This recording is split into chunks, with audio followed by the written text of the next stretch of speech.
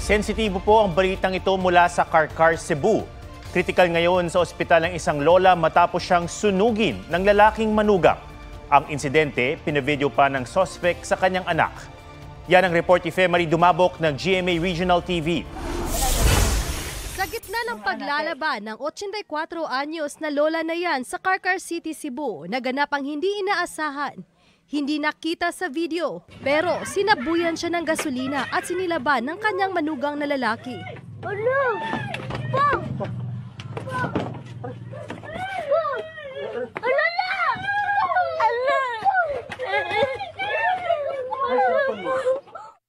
Kritikal at inoobserbahan sa ospital ang biktimang nagtamo ng third-degree burns. Ang video ng insidente kuha ng 11 anyos na apo ng lola sa utos daw mismo ng kanyang amang suspect na lasing daw noon. Nakuha sa cellphone papa na ko, iyagatag na videoan daw yung lula.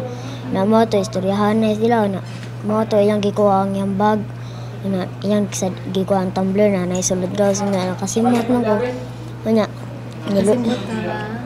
baho ugas. Nakakulong na ang suspect at sinampahan ng reklamong frustrated murder. Batay sa investigasyon, nagtalo ang dalawa nang hanapin ng suspect sa biyenan ang kanyang misis na hindi pa umuwi mula noong Disyembre.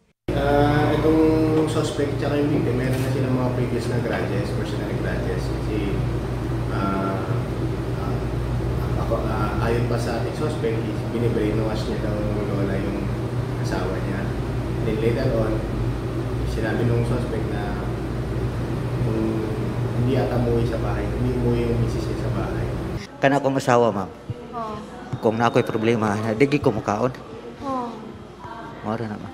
Sa pa namurag imong daot ko sa kong asawa. Pero ayon sa kanilang anak, naglayas ang ina dahil sa pangbubugbog ng ama. Maglago siya, damay yun may bawa niya ako mama. Ang kanan, dapaton ako mama, bawa niya. Bakos, kuha sa bakos. Ato pumipuyo naga, kuha sa bakos. Kuyawan ko ato, pakita lula na ko, banan ilingato na yung gibuhat. Pero mapasaylo rin naman ng papa? Dili na. Ha? Dili na mapasaylo ko papa, luwi kay ko lula. Tiguwang na gud ako lula, gud nga, iyang gilanganan, wali respeto. Fe Marie Dumabok ng GMA Regional TV. Nagbabalita para sa GMA Integrated News. Iniulat ng US media company na Bloomberg na nabiktima ng mga Chinese hacker ang website ng Office of the President. Batay sa report, nakuha umano ang ilang military documents, kabilang ang mga may kinalaman sa West Philippine Sea. Nangyari umano ang hacking noong 2023 hanggang sa kalagitnaan ng 2024. Ang Department of Information and Communications Technology o DICT at Armed Forces of the Philippines o AFP hindi kinumpirma ang ulat. Pero ayon sa DICT, mula 2018 hanggang 2022 pa ang huling impormasyon nila ng hacking incident at wala na raw bagong insidenteng nagtagumpay. Sabi naman ng AFP, patuloy na pinalalakas ng pamahalaan ang cybersecurity ng bansa. So far, what we have seen is that no current information has been compromised. What we've seen so far are old data from many years ago that are being regurgitated or recycled just to make an impression that they were successful in doing so. We have been trying to tweak our organization to the contemporary new challenges. We are able to detect and we are able to deter these attacks. Nagtaas ng Code White ang DOH para sa pista ng Jesus Nazareno. Sa pagpupugay o pahali kung saan tuloy-tuloy ang pila ng mga namamanata, may ilang emergency ng tinugunan. Mula sa Quirino Grandstand, may live report si Katrina Son. Katrina? Atom, kahit may pag-ulan ay hindi ito ininda ng mga nakapilang depoto sa pahalik o pagpupugay sa Poong Jesus Nazareno dito sa Quirino Grandstand sa Maynila. Sa pila pa lang, taimtim nang nagdarasal ang ilang namamanata. May nais ipagpasalamat ang paggaling mula sa karamdaman. Ang hiling naman ng iba, di lang daw para sa sarili, kundi para sa mga mahal sa buhay. Ang hiling ko lang na yung manugang ko gumaling. Makarecover ba siya? Yun lang. Kasi siya, October 15 siya na-stroke. Hanggang ngayon, yung katawan lang, yung isa lang. Alam mo na pag na-stroke. Good health sa lahat ng members of the family. Yung magkaroon ng magandang kabuhayan mga anak, huwag magkakasakit. Yun na lang importante. Isa pang pinagpapasalamat ng mga deboto ang maayos at mabilis na usad ng pila ngayon. Todo higpit pa rin ang pagbabantay ng mga volunteer. Bukas nila inaasahan ang dagsa ng mga deboto. Inaasahan din ng pamunuan ng Quiapo Church ang buhos ng mga deboto bukas. Kung kailan gagamitin na ang X-ray at walk-through scanner sa entry point sa Palangka Street, papasok ng simbahan. Kukumpiskahin ang mga ipinagbabawal na gamit lalo yung mga maaaring makasakit. Dahil sa mahigpit na pag-check sa mga gamit, asahan ng babagal ang pagpasok. Kaugnay naman sa pista ng Nazareno, nagdeklara ang DOH ng Code White Alert sa Metro Manila, Central Luzon at Calabarzon. Nagtalaga rin daw ng mahigit 200 medical personnel sa ruta ng Andas para sa mga mangangailangan ng atensyong medikal. Sa Quirino Grandstand, may ilan nang nirespondihan. Ang isang trauma case dahil napasukan ng insekto sa kanang mata. Meron kaming medical case na 3 lang. Ito yung difficulty of breathing, tapos yung mga nahihilo, tapos meron kami nagpa-BP check-up kung saan nakakapagtala kami ng 6.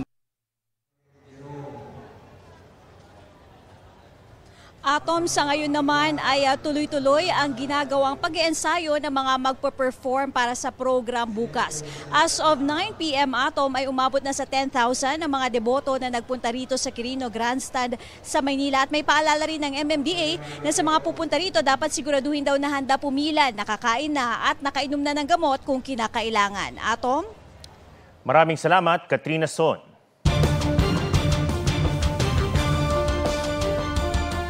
Patay sa saksak sa dibdib ang 2-time SEA Games gold medalist na si Mervin Guarte. Patay sa investigasyon, pinaslang si Guarte matapos makipag-inuman sa bahay ng kaibigang konsehal sa Calapan Oriental, Mindoro.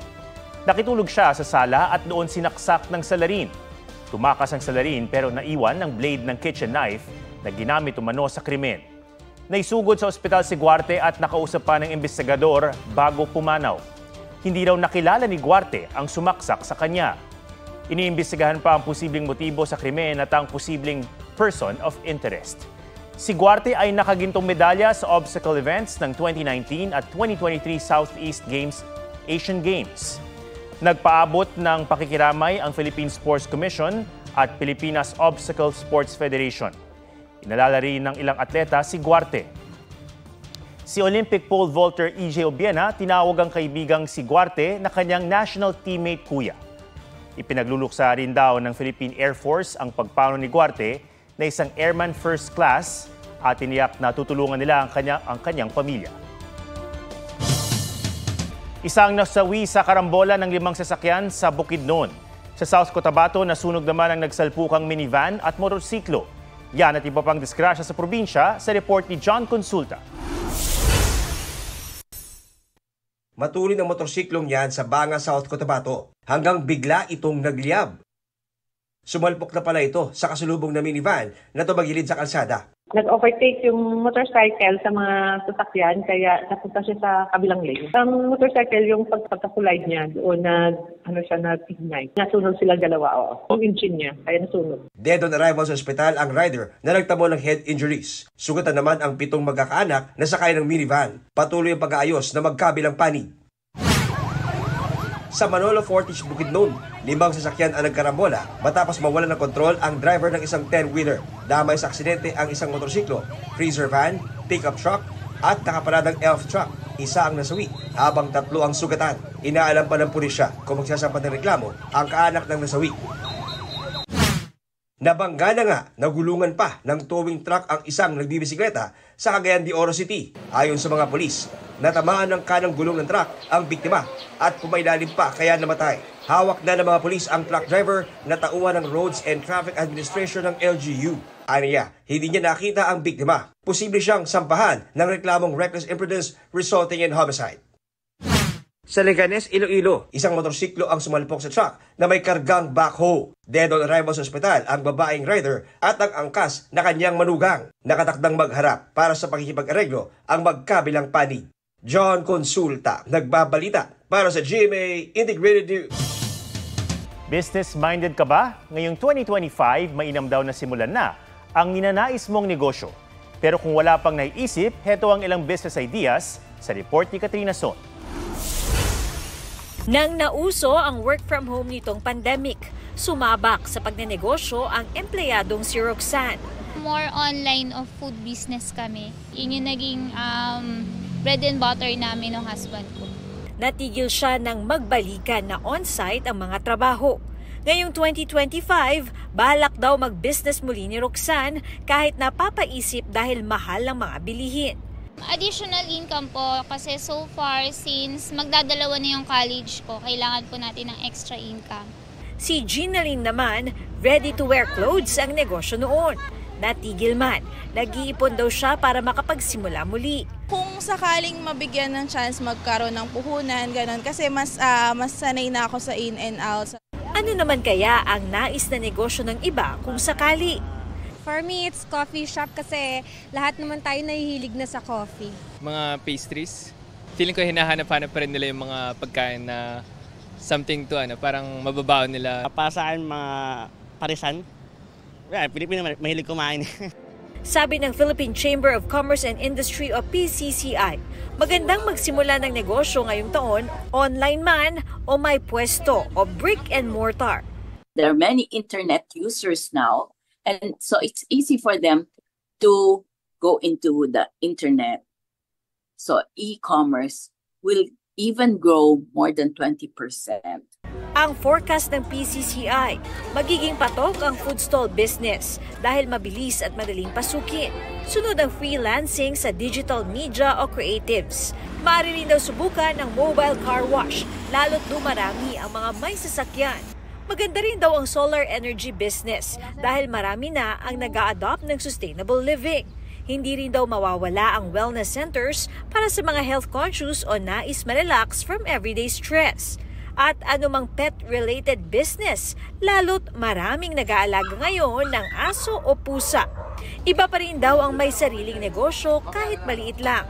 Pero para mapaunlad ito, dapat samahan ng sipag at tiyaga at humanap ng mentor para magabayan. Most of these successful businesses, they all were micro before. They were small. If you fail, stand up right away and even do better. Mas fulfilling kasi mas malaki siya, yung kinikita niya sa totoo, mas malaki siya sa 8 to 5 job. Katrina Son, nagbabalita para sa GMA Integrated News.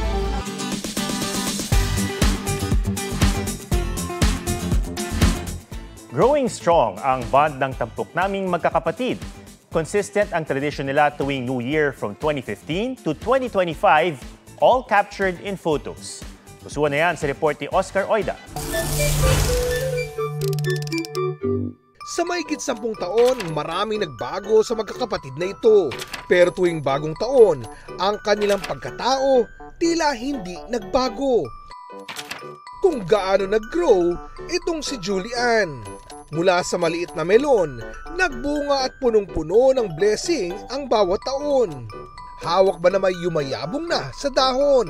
Pasasalamat na rin sa kayod ng amang magsasaka. Pero nagsimula talaga ang sibling tradisyon na ito noong 2016, kung kailan na taong parehong damit ang suot ni James nang salubungin ang 2015.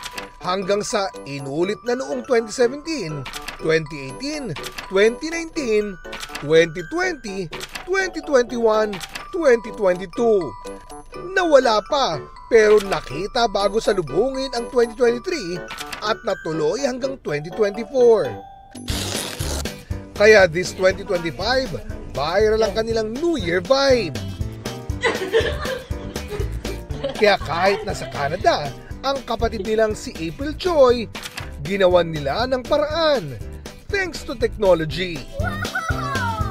Oscar Oida, nagbabalita para sa GMA Integrated News. Huwag magpahuli sa mga balitang dapat niyong malaman. Mag-subscribe na sa GMA Integrated News sa YouTube.